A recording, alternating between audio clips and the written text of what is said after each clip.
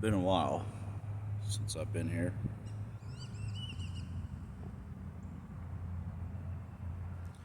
The old duplex, quadplex, where I saw the three infamous figures. It's been about more than 2 years. At least 2 years since I've made a video about this place. At least 2 years, I think. I'm pretty certain. And,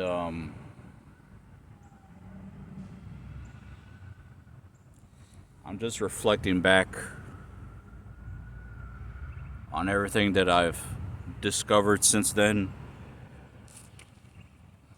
through self-discovery or just like self-reflection of everything that I've studied on ghosts or apparitions or spirits and other such things. I've reflected on all that information that I've gleaned, right?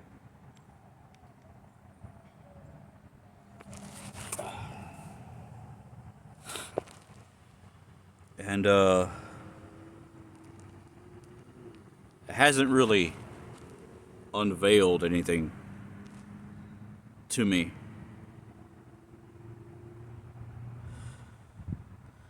Of any, trueness, as I call it, or truthiness. But I mean, I guess it has been used questionably successfully as a vehicle of self-discovery and just like discovering who I am as a person.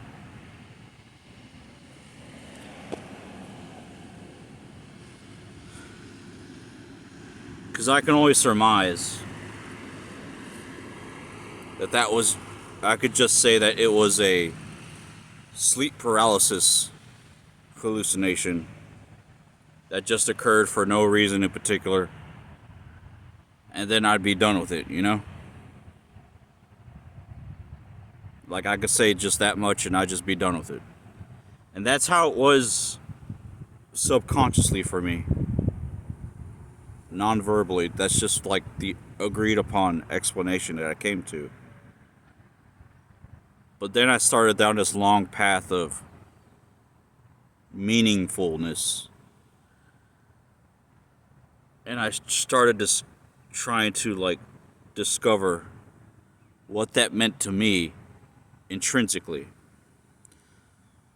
And like I always believed that our bodies and our minds have their own kind of algorithm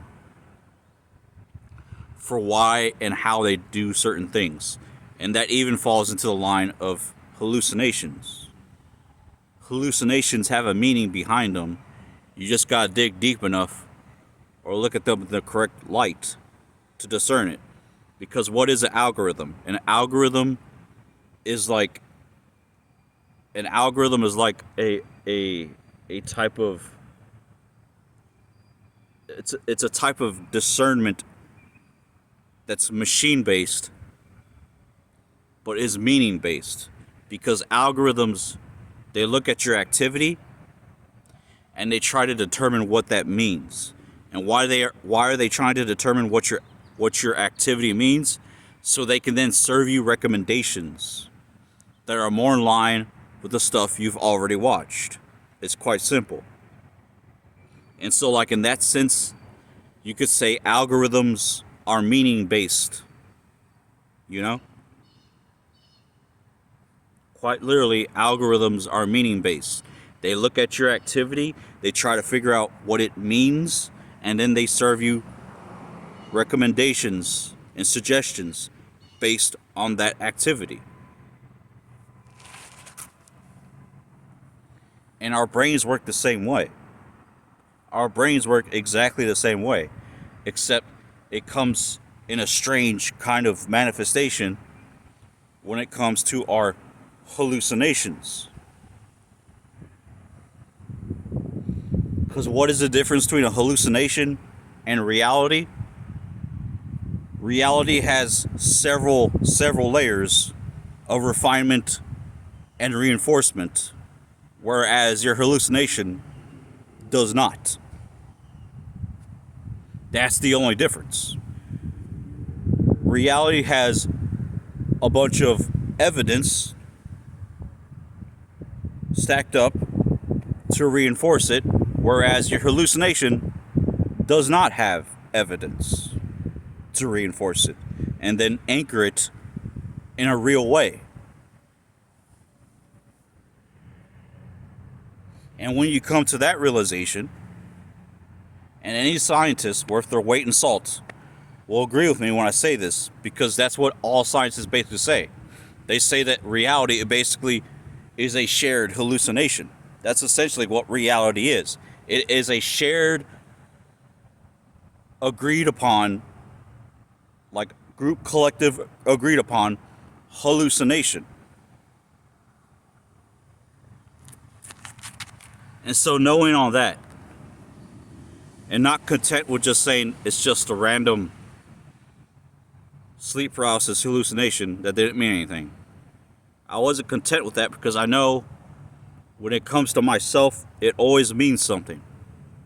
And I started down that long path trying to figure out what those three figures meant. And now here I am, 2.5 years about after my last video filmed in front of this place. And what have I learned? Well, to be quite honest, not much. Not much. I've gone through a lot. I've had a lot of personal visions. Some more visits from entities or presences. Many more voices. And not just nonsensical voices either, but like voices that had like autonomy of their own and specifically addressed me.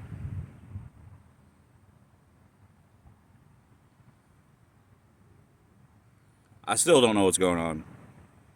I know for a fact something is going on, and it's not reality or anything just like my life. Not really. But at some point I came into contact with some level or order, higher order of being, and that shattered my view on reality and then made me just seize up and cease. It made me stop moving. I stopped having momentum in life. And now I'm just here living in my mother's apartment, waiting for something that I have no idea what it is. And I'm trying to figure out information as to the backstory of all that and why it happened and possibly where I'm going. And one of the biggest leads are these three figures that I saw here when I was a kid. That's one of the biggest leads, because this is like one of the only times in my life where I visually manifested something that could only be described as paranormal. Any other time in my life,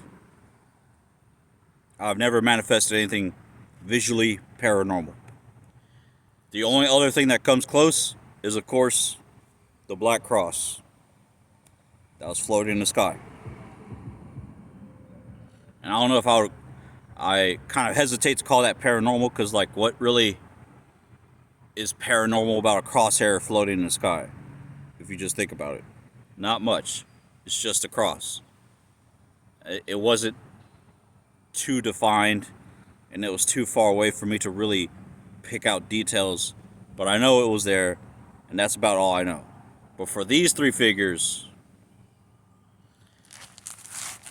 they took place in a very deep part of my heart, because when I was a kid, even now just thinking about it, just thinking about the feeling of being a kid, of my childhood, Oh, that feeling just, oh my gosh. Like the way that I'm able to summon up certain feelings and not just a vague resolution, but like pretty high def resolution. The way I'm able to summon them up and feel, even if for just like a few seconds, exactly how it felt to be a kid in that time, in that environment, with all the same parameters and settings and everything. Just everything pretty much the same as it was. And I just feel it. It just feels. It doesn't feel like heaven. In fact, it doesn't even feel like anything close to paradise. But that's not the point. Like like the way our feelings work is that it takes in parts of the environment, parts of what we're experiencing, parts of what we're interacting with, and parts of what we're doing, and it congregates that all into this mass amalgam of a general sense of feeling of the times or when you existed at that point. And it feels right here next to your heart, where it burns most brightly. And so, like, where I grew up as a kid, they were not nice parts of town. Where I grew up as a kid were not nice parts of town. Most of my childhood was spent in the dingy, kind of ghetto, kind of run-down parts of Houston and Pasadena, Texas. Like, that's where I grew up as a kid.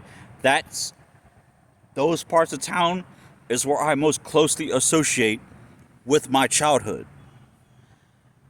And that by itself is not a good feeling, to have to grow up in those parts of town. But because it's in the context of my childhood, it has the synthesis, the admixture of it makes a general feeling that, to me, which is the only person that obviously it matters to, obviously, but it's a redundant statement, it just feels good. Because that's my childhood. And I'd be in these places, in these rundown apartment complexes, or these rundown duplexes like this one, or condos or whatever. And it'd not be a good part of town. There'd be gang activity every now and then, but not too common. Most of the time, the gangs in Houston and Pasadena had a sense of honor enough to where they didn't mess with kids.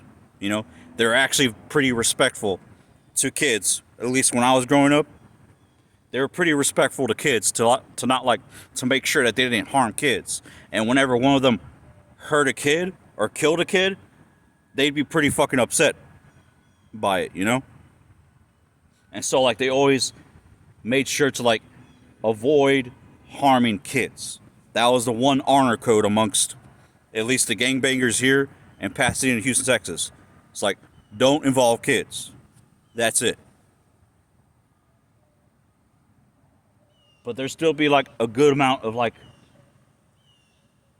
sketchy activity. You hear loud music over here. You smell like some kind of barbecue pit over there. Maybe you smell light hints of marijuana wafting over from the neighbor's apartment. You hear people cursing over there. Some other people having fun and shouting over there. Loud cars. Lots of ambience. Lots of rackets occurring at any time of the day. And at nighttime, it wasn't really any quieter, though somewhat. It was mainly just a different type of noise. but it'd always be like a background. This background would be overlaid in every part of my childhood memories. I did not grow up in a good part of town. I did not grow up in good parts of town. This neighborhood was the first time I had ever lived in a good part of town. And this is like barely on the border of the good part of Pasadena, Texas. This is right there on the border. This is still Pasadena, but, you know, at the end of the day.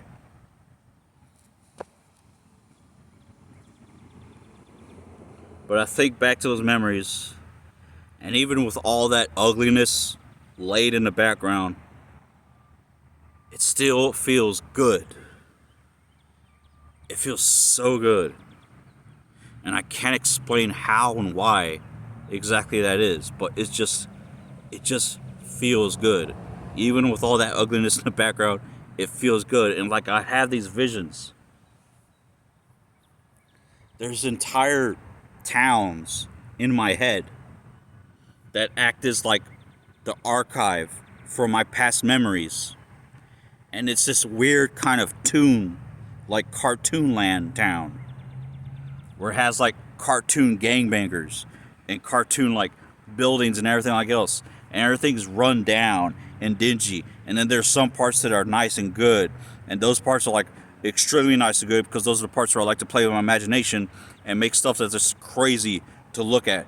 And it's like heavenly and everything else. But then there's like these other parts of town, which are like really big parts of town, where it's just dingy, run down, derelict almost. It's like, it's just like spotting the landscape.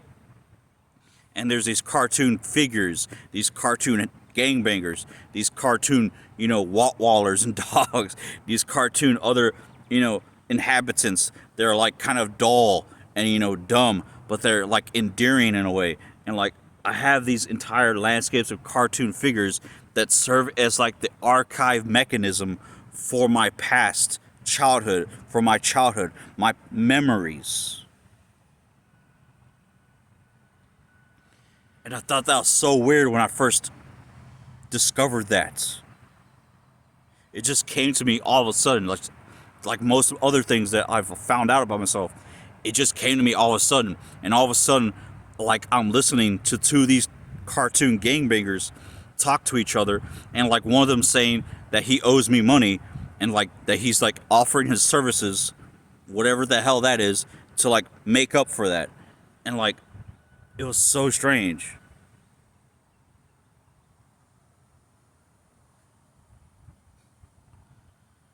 Because that's my childhood. They're near and dear to me. And they're not nice things per se. They're just like humans. They could be nice, or they can be bad. They have that ambiguity to them.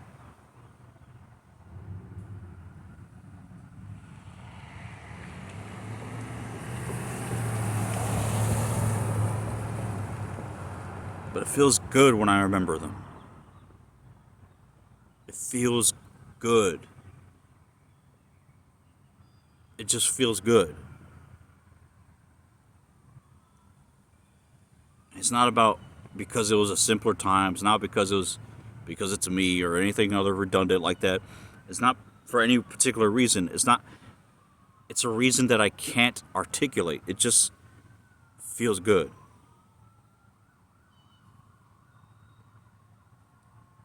And I'm going to go out on a limb here and say that maybe that's what these figures were trying to get me to find out. Not more about this in particular that I was just talking about, but just about myself. Because the way that I saw those figures all the way at the end of a hallway, they're like at the end of a passageway. They're at the very end of a passageway. There was a hallway, and then at the end of the hallway is where it opened up into the living room on the left, and then the kitchen entryway on the right, directly on the right. So it was like something that was like all the way at the end of a passageway of a tunnel. It had low resolution, obviously. They're like shadow people. And they're talking in a way that you couldn't discern words. It was just noises. And so, like, it was like the lowest resolution thing that my brain could possibly render for me. And they even had low frame rate, too. They moved in low frame rate. It was weird.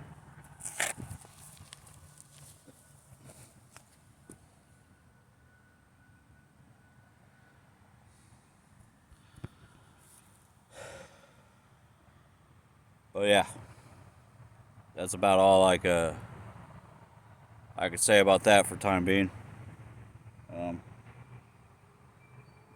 Who knows? Maybe in another 2.5 years I'll be back here and I'll be able to share something that's actually new and actually directly pertaining to these three mysterious figures. But obviously not holding my breath on that. That's it for now. Bye bye.